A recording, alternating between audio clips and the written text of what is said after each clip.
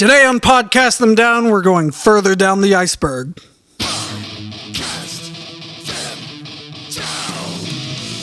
Welcome to Podcast Them Down.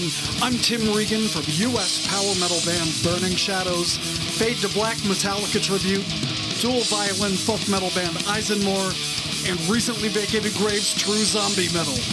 Be sure to subscribe, like, or follow. And now, on with the show.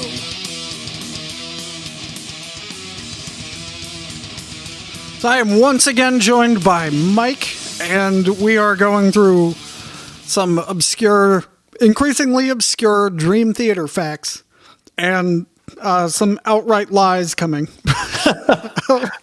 See, I know very little about any of these. So this is all based on a meme that was posted on Reddit. That is the Dream Theater Iceberg, and it had 4 levels. And as you go down in the levels, there are allegedly increasingly obscure facts about the band. So we're going through them all. We've already done levels 1 and 2, and Mike has something to say. Yes. So you mentioned the person who posted this, necropedophile on Reddit. Thank you for saying it. I was trying not to say it. Oh no! It's a Cannibal Corpse reference off of Tomb of the Mutilated. I knew that. Well, why isn't the fact that Dream Theater covered a Cannibal Corpse song? No, covered Metallica with. No, that was Napalm Death. Oh man, we should just start the episode over. They did some cover. It was like Damage Incorporated, but they had the guy from Napalm Death. Barney, whatever. This is not the first time I have confused Napalm Death and Cannibal Corpse. Which, if someone who's unfamiliar with the band could understand the confusion, but if you're familiar with the bands... Yeah, they're very different. How do you fuck that up? So, don't worry, I can do it. All right, so level 3. All the studio albums, from Scenes from a Memory to Octavarium, are linked. By the end and beginning. Right. So that I did. The very obvious one is Scenes from a Memory ends with a record scratch, and 6 Degrees of Inner Turbulence starts with the record scratch. Is it a record scratch or is it static? Whatever it is. I think it's supposed to be... It's static from a record player. Yeah. You're right. So, quick tangent. So I was so amazingly pumped when I got 6 Degrees of Inner Turbulence, and the first thing I heard was the end of Scenes from a Memory, which is my favorite Dream Theater album. And I was just like, this is going to be so awesome. And then disc 1 happened to me. And I refused to buy any new Dream Theater for a long time. So, Fun. by the time I got back into Dream Theater, I had to go backfill my catalog. So I think it was after Systematic Chaos came out. Oh, wow. Yeah, that's how pissed I was. because that's how much I hate that first disc. So I did like the second disc, but I felt like the first disc was irredeemable. So, yeah, all right. So not great. Those who are extremely offended by my comments, drop me a line at podcastthemdown@gmail.com or on Facebook and tell me how dumb I am. Perhaps we'll do a follow-up. All right. So 6 Degrees. Into Train of Thought, the final note of 6 Degrees, the song, is the first note of As I Am. And then similarly for Train of Thought into Octavarium. So this, from Wikipedia, I really like this. Portnoy was inspired to do this thanks to the Van Halen album, Women and Children First. The outro of the album's final song ended with a new riff being played, which faded out. Portnoy recalled that he expected Van Halen's next album to start with that ending riff, but was disappointed when it did not. I really like that. Yeah. So he went and did it, and not only did he do it, he did it a bunch of times. Yeah, it is pretty cool. I guess it strikes me hearing some of these facts that Portnoy just has like really heady ideas in general. Yeah. So I like a lot of them. Yeah, well, so with the astonishing having been written afterwards, the astonishing, despite the fact that I find the story extremely silly, is a pretty heady idea. 2 hours of rock opera, basically. So, is it a group effort? I mean, a lot of these ideas that you've mentioned throughout these episodes have been very Portnoy focused. So, yeah, but I guess they must all contribute. I'm pretty sure this guy is like a Portnoy worshiper, because there is very little outside of the Portnoy era. Oh, and when there is, this is a perfect segue. when there is, it's critical. So, images and words and a dramatic turn of events, similarities. Okay. Allegedly, they're very similar. So, this is from the fandom.com wiki that I mentioned in the previous episode. So, I hope I say this right. Thiago Campos, a Brazilian musician and leader of a Dream Theater cover band on YouTube, went a step further, saying that certain songs were structurally similar to counterparts on Images and Words. For example, the lead singer's single on the back of Angels. Lead single on the backs of Angels. I don't want prog nerds to get all mad that I ruined a song they don't like. is almost structurally identical to the lead single from Images and Words, Pull Me Under. Oh, okay. So what? It has lead guitars in the same place? Yeah, I mean, I never... Verse, chorus, verse, chorus, verse, chorus. I mean, yeah, I'm sure you could find many other songs that do that. All right, so then from Metal Insider, they had an article where he goes on to say, when I say the songs were written off the charts, I mean arrangement-wise, their structures, and sometimes even orchestrations and nuances that make the parts of what they are and the roles within the songs. And then Portnoy chimes in. See, here's where this got all legitimate. So Portnoy says, well done, Thiago.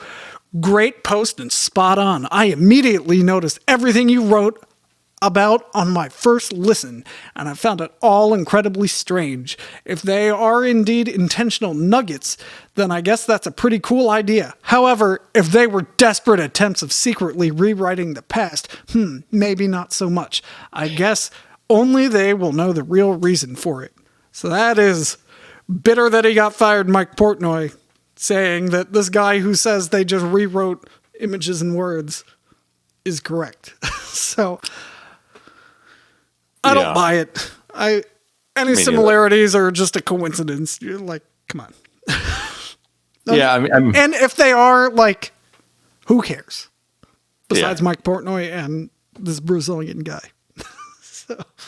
Yeah, Portnoy definitely was bitter for a time. I don't know if he still is. I mean, I know him and Petrucci are back playing together, and Rudess. But yeah. So again, if my comments offend you, go ahead and at me. All right. This one I thought was dumb. Why is it on level 3?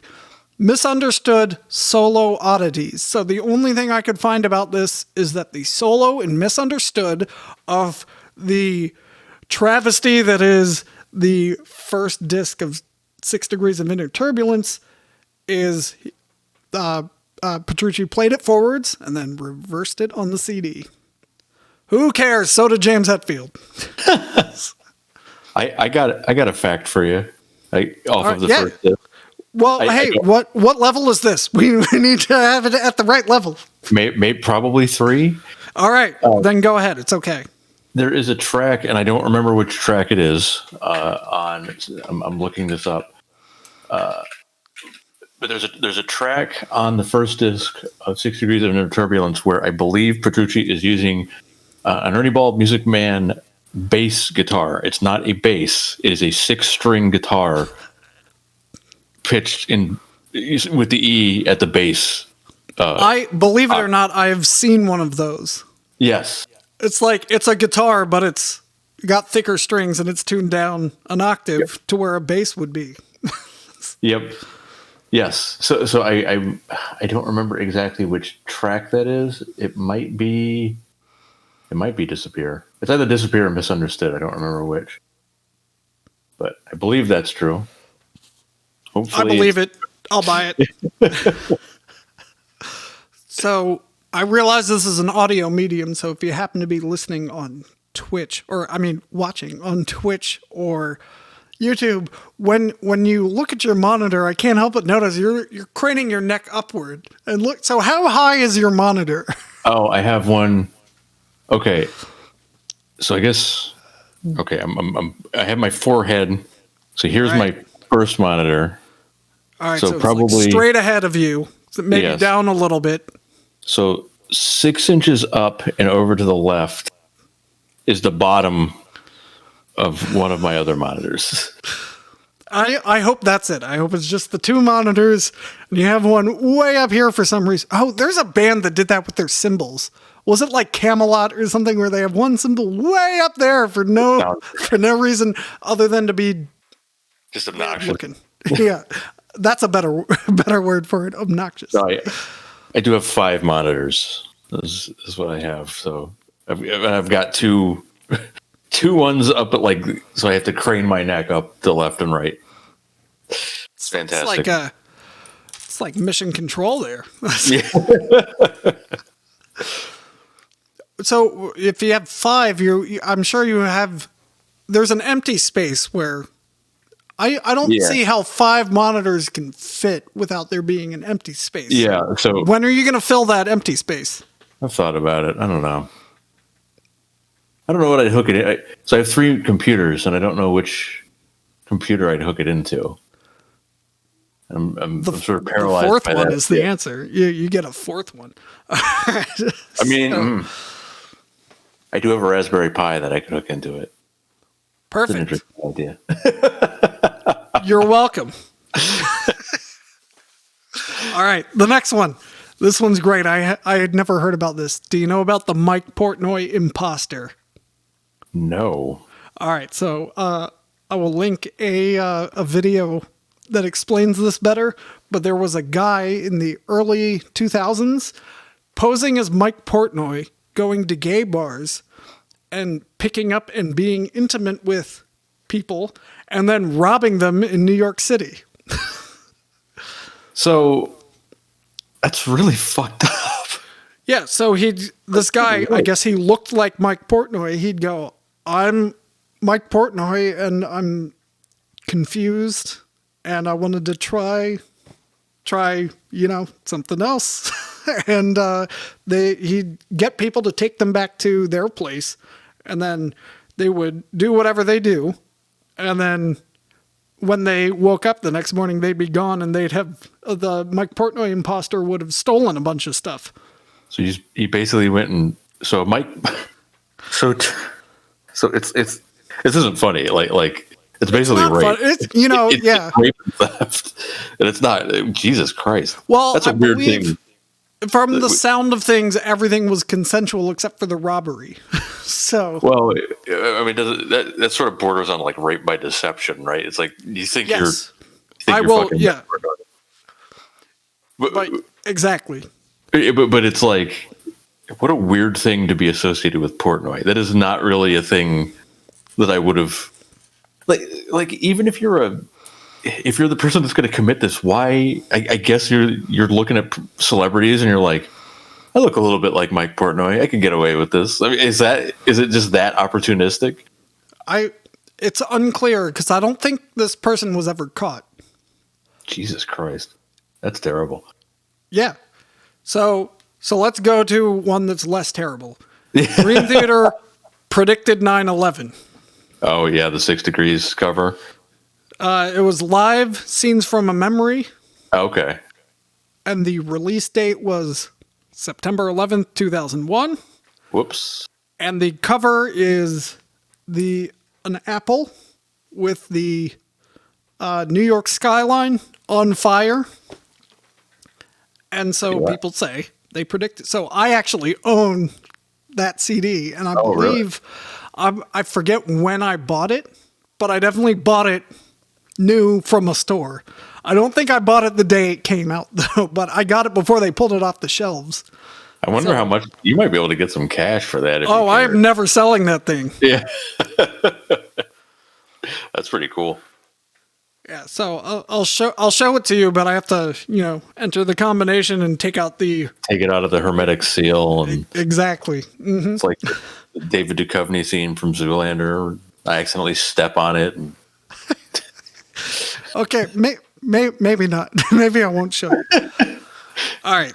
So this one I knew because of Distance Over Time. The album covers are often made of stock pictures. Oh, huh. So the robotic hand thing in on Distance Over Time, that's a stock photo that anyone can buy and use. And then the other example I was able to pull up is from Octavarium. There's a picture of someone getting their hair blown to the side, and that's a stock picture as well. So I don't really think it's shocking that artists use stock photos to create artwork. I don't really think this is a fact that's unique to Dream Theater. So I guess my gut reaction is that it's lame, but thinking on it, you're right. So there used to be. I will agree that original art, that someone sits down and creates from nothing is preferable. Well, okay, so there used to be.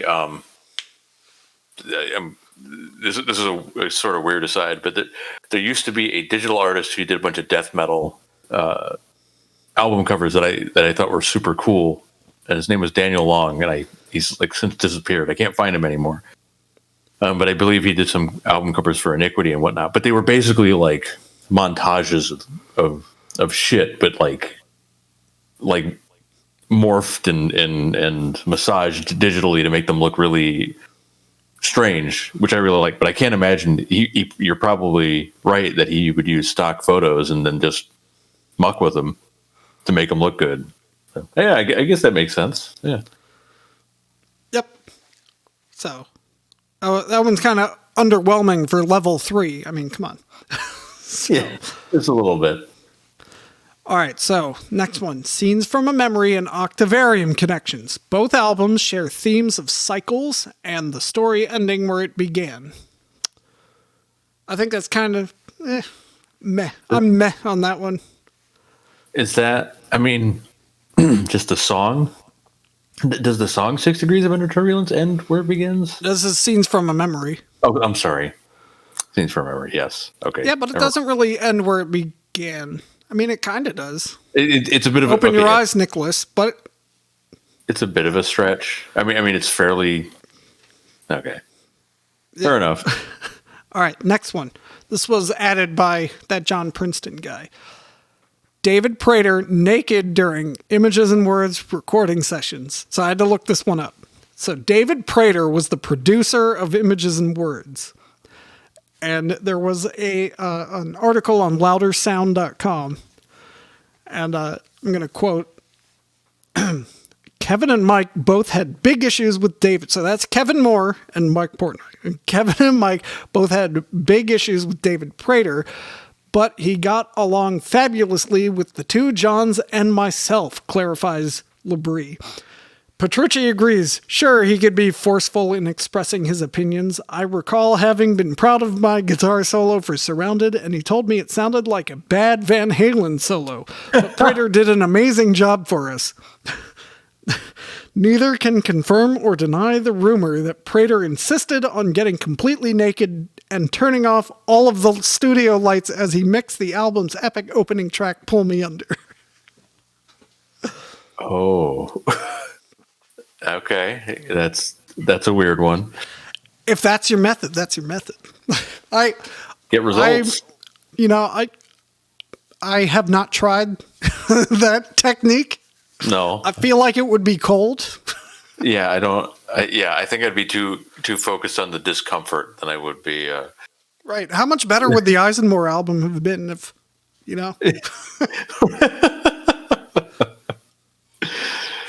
All right, next. Is it Haken or Haken? The band. Fuck. I think it's Haken. Well, but I don't Haken know. Haken.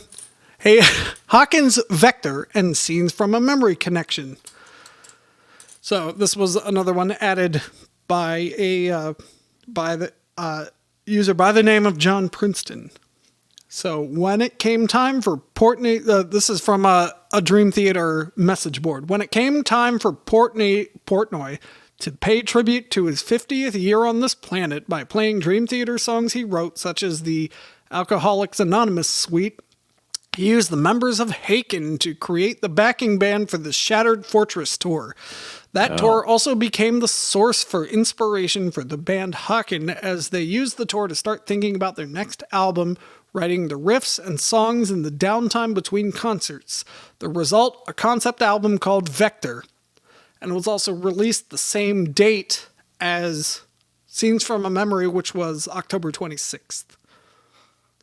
So I am unfamiliar with this album, but they put out a concept album, and it's inspired by Scenes from a Memory, allegedly. So my favorite thing about Haken was watching them get angrily shooed off stage at Prague Power. That's about that is the fondest I've ever felt for. Well, I'm not a fan either. It was the fondest I ever felt for while listening to Haken, not for Haken. My dad did not enjoy them either, and he is very open-minded. To be fair, I've actually not really given them that fair of a shake. It's just that what I've heard of them, I'm just like, all right, here we go. It's like, well, was this the band that Pete played for us? Pete is the lead guitarist of ISENMOR, and he's like, oh, check out this band, Haken. And we're all like, what? No, they're so bad. And the song he played us wasn't terrible. So it's I mean, they're not quite as bad as Between the Buried and Me, just because I want to piss people off. But And if anyone's offended by that, go ahead and at me, and I'll forward it to Mike. Yeah, that sounds good. Between the Buried and Me is very, very talented. You see, they can do a lot of things, but they never really stop to ask if they should do a lot of things. That's the main issue with Between the Buried and Me. That's great. So, so on the last, I guess that was 2 episodes ago now, maybe 3, depending on the release schedule. I said I'd be willing to give Solofald a shot. I'm going to give Haken's Vector a shot. I will too. Maybe I'll eat my words. I'll report back. We'll do follow-ups. It's an easy extra episode. Yeah. All right. So here's one that I added. I can't find it anywhere, but there was a video going around of them playing Home live, and when they go, "Can't have it. This habit is calling me back to my home." So Portnoy yelled, "Hey, Abbott!" right after this habit, and James LaBrie lost it and like couldn't sing that part. But I can't find the video. I was looking for it. Oh man, that's great. So if anyone can find it, podcast them down at gmail.com. Send at it to me. That's right. If anybody can find it, at me and tell me how stupid I am. Or how wrong I am. But that's just the theme of the ats. I want to make sure that we keep up. That's right. All right, so that is the end of level 3. Okay, so I'm not going to know shit for level 4. I knew some of level 3. I'm happy with that. I'm sure you're going to have stuff to add to this. Okay, fair enough. Stuff starts to fall apart here. Okay, in my opinion. All right. There are warnings all over this one in the Reddit thread. Don't look it up. Scar White Dream. So I'll save you the time. It's apparently a furry version who resembles the guy on the cover of When Dreamin' Day Unite. Don't look it up. What are you doing? No, I have to look it up. Come on now. All right. Scar White Dream. See, Mike is doing this for your benefit. Man. Oh, wait. No, I don't want to hide explicit results. Right. You need the explicit results to see what this is. Yeah, so in the Reddit thread, they were going, don't Google this. And then the replies were like, I Googled it. I regret it. That kind of thing. You have to know. How do you not know? I'm not going to be able to find this. I'm really disappointed. Well, I'll find it. So bummed out, man. Be sure to compare it to the guy on When Dreamin' Day Unite. Oh, no. Oh, no, you found it? That sounds like you found it. Oh, no. This is... Oh. Oh, so what's your... So I have not looked it up. I don't want to end up on some list. Just give me one moment. This would be the time when... What I need is some vamp sound effects. The best I got is this. All I'm finding are baby fur shit, and I don't know if I want to dig any further into this hole. Well, does he look like the guy or not? Can you tell? Oh, I found it. Oh, no. It's even got the Majesty symbol. Oh, no.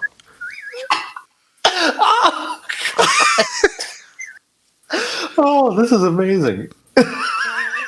All right, well, go ahead and don't send that link to me. Oh. Why? Okay, I'm done. There is no way that image could be better than watching you see that image. Craning your neck backwards to look at the image on the ceiling. It's just it's not that bad. It's just I wasn't expecting to see the explicit Dream Theater connection. I thought it was just going to be like, oh, kind of like no, there he is. That's him. All right, big change of gear here. All right, ready? Okay. All right. Do you need to take a drink? No, I'm all right. No, I've got my. This was everything I hoped for. Hey, look, it's Scar White Dream. It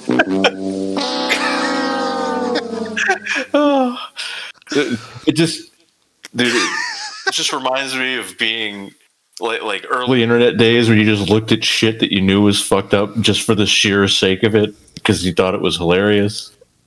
I know what you mean. All right, the next one. This is where we get into prog nerds whining. Okay. All right. Dream Theater isn't prog.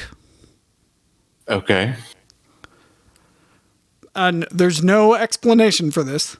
So I looked up what I could, and I found prog nerds complaining that Dream Theater is too popular. I found prog nerds complaining that the keyboard solos are too long, especially without Portnoy to stop Jordan from playing long keyboard solos. Prog nerds whining about how the band died the second Portnoy left. None of those make them not prog. Like those are all just complaints, right? Right. Yeah, but I feel like it's that thing that, prog is this like special label and it needs to be gate kept at all costs, So if it's something you don't personally like, then it's not prog, Jesus. You know what I mean?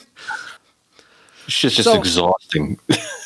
The whole concept is exhausting. Exactly. So if you want further exhaustion, there's a 2017 article on deathmetal.org. Oh God. Called Dream Theater Are Not Pop, or Are Pop Not Progressive.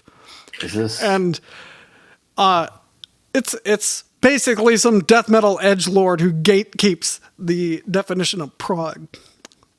That's just like, come on. Is this? Oh yeah. These guys are fucking. These guys are ridiculous. I've known about these guys. They've always been this way. I don't know why, but they are. All right. So the next one, starts to get into conspiracy theory territory. The band. Theater? Yes. Okay. Oh, yes. The band foresaw Portnoy's departure. Wait, who foresaw Portnoy's departure? Dream Theater. Everyone but Portnoy knew he was going to leave. So the theory is Mike Mangini was given a heads up before Portnoy was fired. And they're basing this on how well Mangini did at the audition. So other people say Mike Mangini is basically just that good. And he already had a relationship with James LaBrie because he played on LaBrie's solo records. Based on what I've heard of LaBrie's solo records, I don't know that that's an endorsement. But, yeah. So a slightly different theory is that they were planning to kick out Mike Portnoy because of the tensions between Mike and James. Because allegedly they still don't talk to each other, even though Jordan and John Petrucci have made amends with Portnoy. I don't know. I feel like it's silly. Well, so there's a number of things in. Okay, so I'm assuming they're talking about the 3-part drummer audition video they put out. Yes. Yep. So when they're talking to Mangini, they're like, "Do you know about polyrhythms?" And Mangini's like, "Oh yeah, I'm familiar with polyrhythms." Like, Mangini has a fucking book on polyrhythms. Like he literally wrote the book. Yeah. So it's like the question is either brilliant and how stupid it is if you wanted to cover up such a thing, or it's just genuinely that stupid. I somehow don't buy that they're like, oh, I'm just gonna, we're just gonna shush this up. I mean, Marco Minnerman was there too, and Marco Minnerman's fucking badass. So it's like, no, that's just the concept is stupid. Yeah, I don't buy it either. No. All right, the next one, the symbolism of 108. So this is another tenuous one. So the song Dance of Eternity allegedly has 108 time signature changes. Mm-hmm. And in Hinduism and Buddhism, there is symbolism with 108. The number. So in Hindu tradition, there are 108 attendants of Shiva.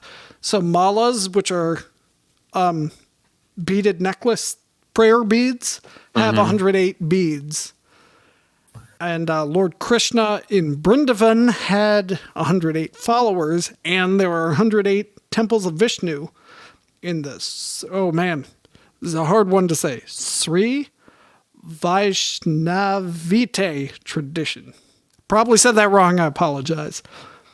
And similarly, in Buddhism, there are 108 feelings. This is off Wikipedia, so if I'm wrong, that's my source. So go fix it there. So don't at me. You get 108 feelings by multiplying the senses of smell, touch, taste, hearing, sight, and consciousness by whether they are painful, pleasant, or neutral, and then again by whether they are internally generated or externally occurring, and yet again by past, present, or future. So 6 times 2 times 3 times... 6 times 3 times 2 times 3 is 108. And right. So other people say Dance of Eternity does not have 108 time signature changes. It has more. So I don't know. I guess I'm going to file this under coincidence. Yeah. My general feeling on this is, if true, I sort of don't care. Does that make sense? There it is. Yeah, I Yeah. agree with that. So there is a good video, and I will link this. See, now you have to go to the website. There's a great video of Mike Portnoy counting through the time signature change click track. He's very amused with himself about it. It's like 1, 2, 3, 1, 2, 1, 2, 3, 1, 2. It's like that. It's really entertaining.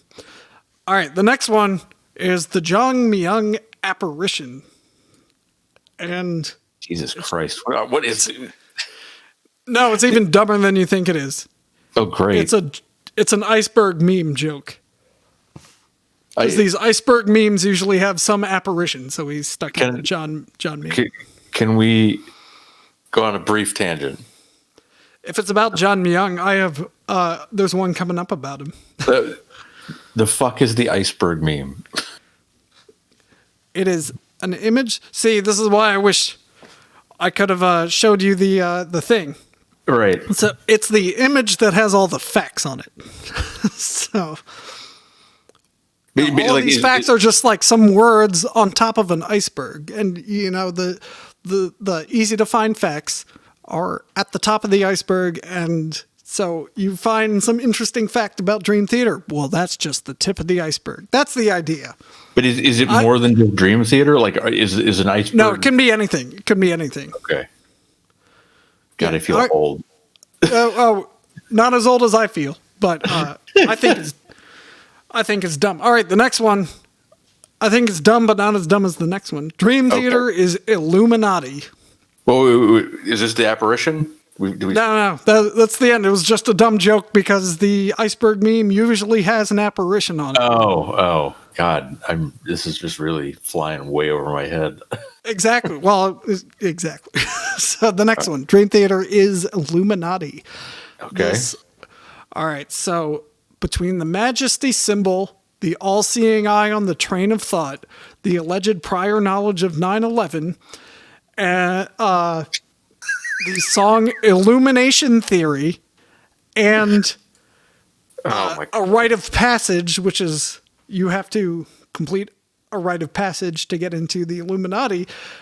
Because of all of that and a bunch more poorly spelled conspiracy theory bullshit, people think Dream Theater is the members of the Illuminati. Like the entirety, or are they just like, do they comprise the whole Illuminati? This is very important. No. They are members. Okay, but we have no idea how high up or down. They could just be rank and file. Right. Yes. I mean, is that even really worth making a conspiracy theory about if we don't even know if they're important? If they're just regular Illuminati, like, that's just boring to me. So what's the point? What's not clear to me is, do people really believe this? So when I heard about the flat Earth theory, I was like, that's funny. That's like a fun logic exercise where you can go like, how can I logically argue that the Earth is in fact flat? You know? So when I see something as dumb as this, like, is it just for chuckles, or is it like a real flat Earth theory thing? Like, like, I hope it's just for chuckles. Now, that being said, I did legit meet someone once who believed in the Hollow Earth theory. Oh, have you heard of Hollow Earth? Yes, I have. In fact, there's an episode of the Dollop about it. It's fantastic. There were expeditions to find the hole. Oh, Christ. So they could go in. There really were. Government funded. Government funded. This is fucking nonsense. Jesus Christ. So it was weird. So if you can believe it, I used to go to the gym, which I know it's almost as surprising to me as it might be to you. Who's Jim? Just some guy. He's nice. Yeah. But when I was there, I won't say a workout buddy, but he was frequently there, and he was like way more swole than me. I was never swole. I was just meek and decrepit, trying to be better than meek and decrepit. But anyway,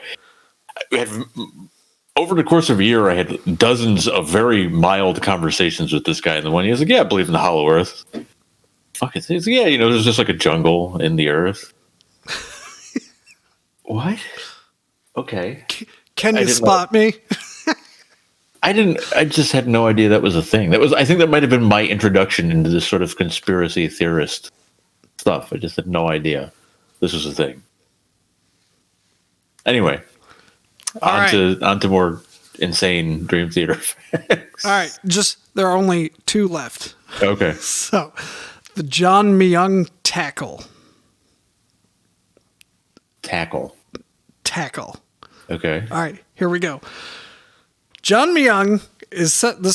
I'm sorry. I keep like starting a sentence and then remember I have a citation. So this is from the Phantom.com wiki on Dream Theater. John Myung is said to be a very fun individual in private. At one point, when asked, I'm sorry, it's such a dad joke. At one point, when asked by James Labrie what he was playing at a specific song part, he simply replied, bass. That's pretty funny. So John Myung is someone who will do almost anything on a dare, such as a famous incident where he tackled James Labrie on stage because crew members dared him to do it. So then from a fan club post, someone says, in this band, you never know what is going to happen. It is a group made up of very unusual, unpredictable characters. Tonight we played in... they're quoting Dream Theater, obviously. Tonight we played in Fürth, Germany, and the unexpected happened. In an award-winning move at the end of our last song, John Myung, bass player extraordinaire, decided to go over to the frontman Labrie and tackle him football style with his bass guitar on. The two went down to the floor and rolled for a while the other members of the group, me included, watched in complete amazement. It seems someone who will go unmentioned dared John Myung to do it with cash on the line. Lesson learned here. Don't ever dare John Myung to do anything because it could happen. Ben the Lighting Man gave John the most out of character award for the tour. Unbelievable. Write this day down. It was bizarre. I mean, if that quote is legit. Well, there's a photo. There's a photo. There is a photo. It's not mid-tackle. It's post-tackle, allegedly. So... I will post the link to the photo. Man, I got a lot of work to do. So it actually, seeing John Myung live, he just seems like a machine. Like he seems, not in terms of skill, but he seems almost out of place at times. Like he's clearly an extremely talented musician, but he also just seems like very unassuming to me. So learning that he is apparently that way is very surprising. Well, like he doesn't have a loud. I 100% believe this. Yeah. I mean, that seems reasonable. All right, so the last one. The Astonishing is actually a good album. So this guy has betrayed. He has betrayed all of his prog nerd friends that immediately wrote off The Astonishing because Jordan Rudess, wrote a bunch of keyboard solos. So I really like The Astonishing. I think it's fantastic. All right, and that is Mike at Podcasting. Yeah. I had a good time with that album. I like it too. I think it's a bit long for me. Like I understand why it's so long because there's a lot of story and a lot of world building that they do. There should not be. But yeah, like you said earlier or last episode or whatever, it is pretty goofy. But dude, Lord Nefarious his name is Lord Nefarious, and he's not really that bad a guy in the story. So the character is named John Everyman. But what it means is it's like he I don't know, surrenders everything to Gabriel, so now you just have kindly old Nefarious. You know what I mean? it's so on the nose and so not at the same time. I don't know what to do with that. And his nickname is Bug. He used to listen to an MP3 player with music. It's just so fucking weird. It's a weird album. The names are also simultaneously really normal and really not. There's Gabriel. And what's his brother's name? Is it like Xander? Or is it... No. There's Faith. I remember Faith. It shows you how much I've actually listened to the album. Like, it's fine. I don't even have it ripped to FLAC. So, what is his brother's name? The brother's name is something strange. Yeah, you get Arabelle, which is all right. You get Xander and Arhis, and Gabriel. It's just all over the place. It's a fucking weird album. I love it.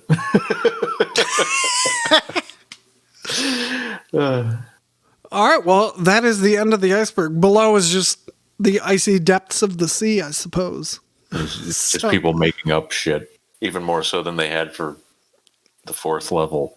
Right. Well, yeah, they ran out of the good stuff at 3. So. Yeah, I mean, somewhat interesting. I mean, I guess I learned some stuff. I can't remember what any of it is right now. Well, it's been archived. Now you can go back and re-listen to you learning. Yeah, and then I can listen to this moment where I've forgotten it all.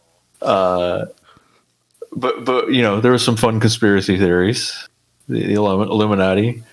Scar. Now you have Scar White Dream in your search history now. Yeah, that's fantastic. Cherished memory of Scar White Dream. Yeah, I guess that's all I got. Yeah, well, if I come across any more memes, I'll be sure to call you up and we can spend 90 minutes dissecting them again. And then, as long as we can spend maybe like 10 of those minutes just shouting about, it's like old man shouts at cloud. We're just complaining about memes and what they are. What is a meme anyway? What are these things? What? Back in my day, if you wanted text over an image, you had to write it yourself. I remember when they were called macros. Now what are they called? Memes. God, I'm old. What happened? What happened to us, man? Well, if it hasn't happened to our listeners, I promise it'll happen to you. And on that note, thanks for listening. Thanks for listening to Podcast Them Down. You can find Burning Shadows, ISENMOR, and Recently Vacated Graves on Bandcamp, as well as Facebook, along with Fade to Black Metallica Tribute and Podcast Them Down itself. Until next time, keep it metal.